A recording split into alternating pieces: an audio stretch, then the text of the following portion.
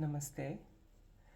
So, a friend of mine, a child, I would say, because if I had a daughter, she would be her age, an American lesbian girl. She identifies as a lesbian, and an asexual lesbian, she says, and she doesn't want any label to be associated with her, like homoromantic or anything like that. She says, I'm a lesbian girl who is asexual, and it makes sense to me.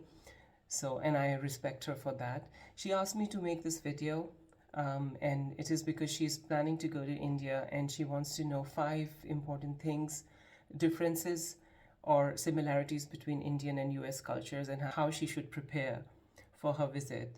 And she said, please make a video about it and put it on your YouTube channel, and whatever comes to your mind without thinking about it, just do it. So I'm doing it right away. I hope it's not offensive to anyone, whether they are Americans or Indians. But the first few things that come to my mind about India, I'll talk about it. And I'll start with something which is very special about Bharat, that Bhaarteeye, Indians, let's take it as the first topic, okay, of the 5. There's a lot of respect towards elders. I'll give you an example. I called my brother and mother this morning, and they said there were some staff members from my younger brother's job, visiting them and wanting to celebrate a promotion. One of them was promoted to a higher rank, and they wanted to celebrate it with my brother and my mother because my brother was their boss. And in India, they form family and friend connections like that. It's a community feeling. So my mother welcomed them, and they were there, and they were celebrating the success of one of them.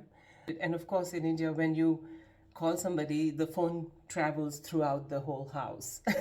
So you have to say hi to everyone, and whether you're prepared or not. And it's part of the culture. It's very charming.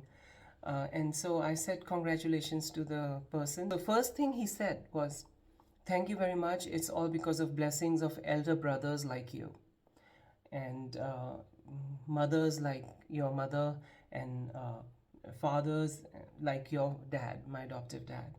It's all the blessings of elders.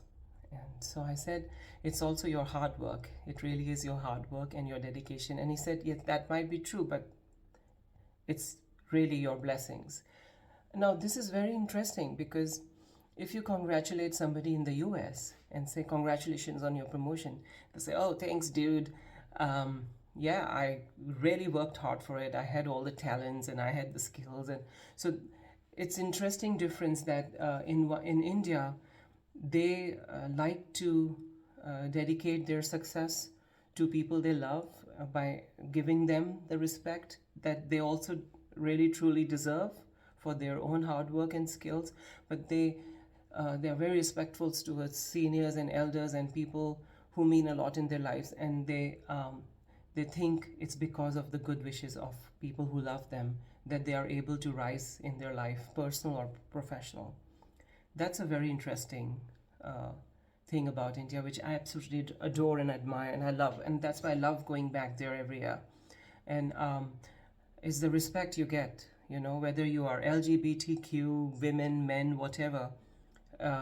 If you're older than somebody, you will get a lot of respect. And that's wonderful. That's really wonderful. So you'll enjoy that when you go to India. Enjoy seeing that, observing that. The second point I love about Bharat is that Bhartiya, Indians, are very hospitable. They're very loving, and they care a lot for people they connect with. And especially so the Desis, the natives of India, essentially the real, genuine people of India who are not anglicized, who are not like me, anglicized, who are very true to their culture, who are very true to their self, who are very Desi, the way it should be, are full of love and forthcoming and welcoming, and they will go out of their way to help you, whether or not they know good English, but they will speak in English to help you. If you've lost directions or if you're finding it difficult to be doing something there, they will try to help you. Now, I've noticed in the West, people will not go out of their way to help you. They expect you to know a lot. And they expect you to be smart enough, to be able to go through GPS, or if you're looking for an address, or to be able to find your. It's a very independent culture, right? Of course, Indians also know that you're very smart. They respect you for your smartness. But it's just a cultural thing. They want to go out of their way to help you find your destination or something that you're looking for, because they know you are a tourist, and they're very, very caring that way. I have met good people in the West too who will help you. But in India, it's very much almost everybody.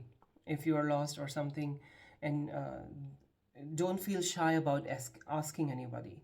In the US, I'm scared of asking people sometimes, because the response that I have often gotten is not very good. So uh, it's like the difference is there right away. So when you go to India, you will feel very comfortable.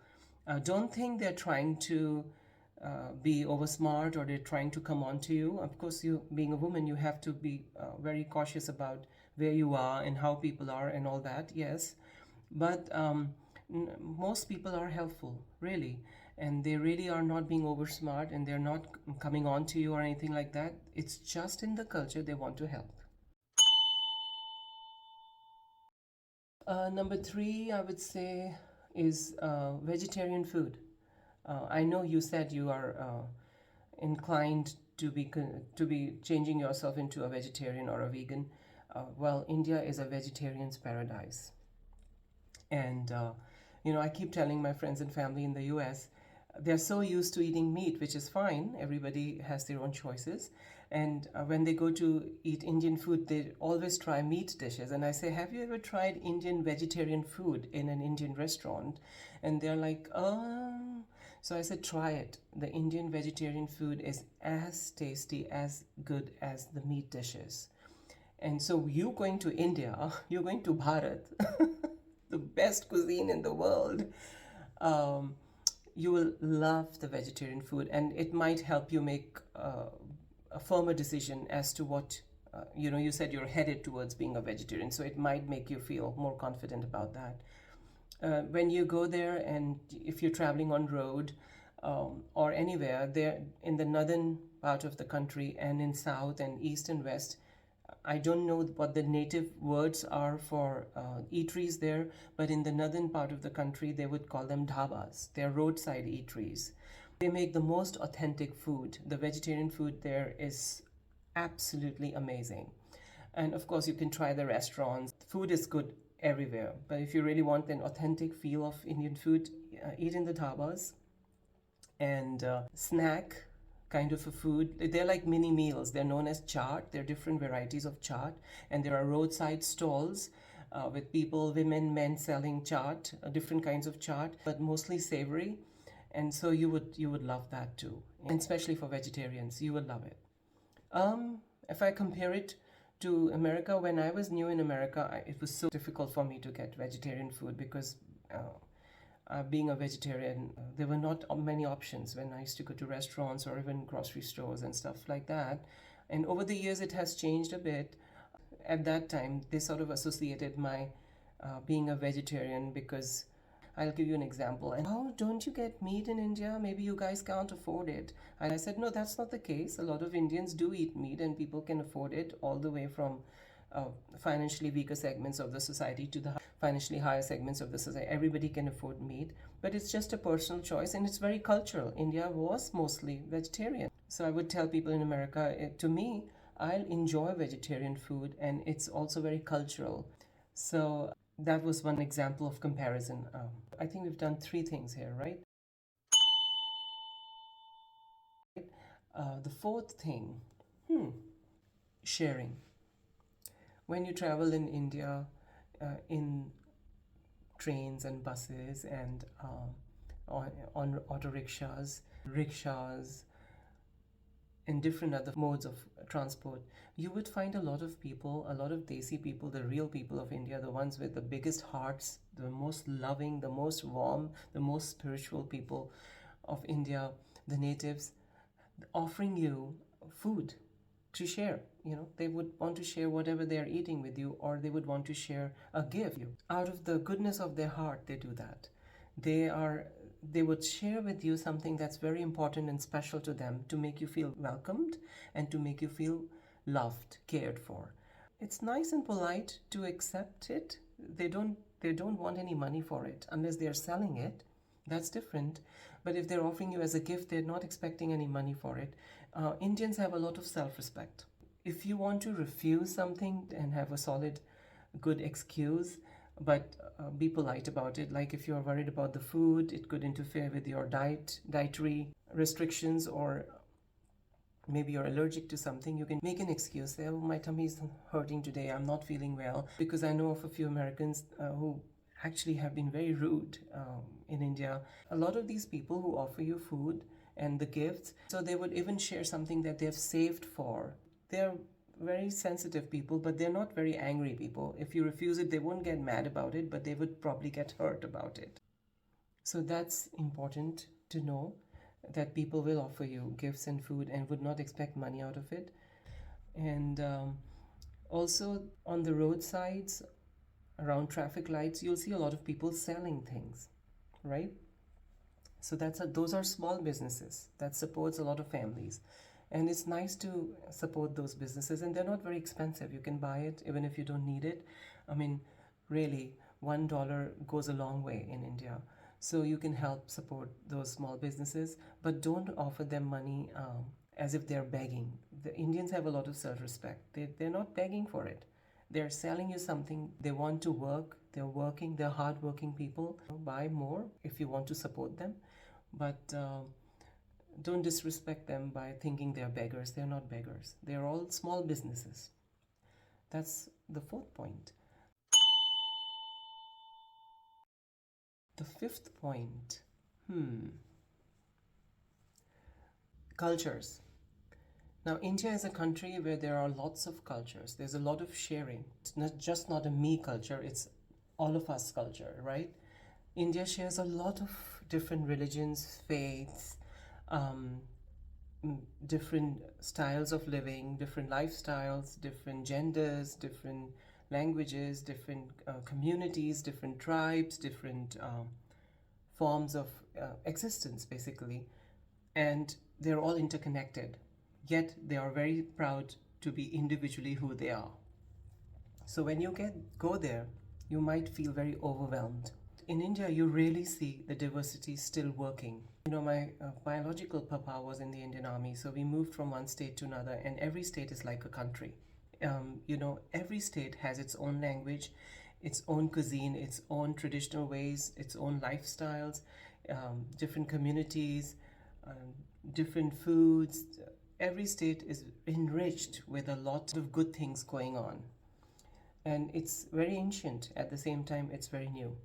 So a lot of traditions have been passed down from one generation to another, and some things are thousands of years old. You'll find beautiful heritage art and architecture that's really ancient, and then you'll find something totally new and modern. So it's a mix of many things. It's a country that shares a lot, and there's a lot of overlapping, yet there's a lot of individuality. So you might find that overwhelming, but it's very beautiful and it's very charming. You have to be very open-minded to it. And there are beautiful native faiths like Sanatan Dharma, known as Hinduism, the lovely Jainism, the lovely Sikhism, the lovely Buddhism. And of course, you would find it wonderful, you believe in women empowerment, to see the concept of goddesses in Hinduism and other faiths there. Because according to Sanatan Dharma, Hinduism and other faiths there, Jainism, Buddhism, Sikhism, there is divinity in each and every living being. It's not just one gender, It's not just a male god. You would find a female goddess, an animal god, goddess, and also anciently revered as a divine being. So that kind of richness you would not find anywhere else in the world. And as I said earlier, it could be overwhelming, but it's so beautiful and it's so charming. And it takes some time to understand that for somebody who's going to India for the first time. Different people from different regions, different areas, different culture. And it's not just languages, it's not just costumes, it's much more than that. And there are different skin colors, there are different ancestries. It's all in one place, put together into this one beautiful country which respects all of that. So you'll find deep-rooted sense of pride in native cultures of India by the natives who come from different backgrounds. You ask me 5 points, I could just go on. There are like millions of points about India that are wonderful. When you go there, have a lovely time. Go to the cultural hotspots. You love Rishikesh, Haridwar, another hotspot of culture. You love Jaipur, Udaipur. You love Hampi in South India if you're planning to go to South India.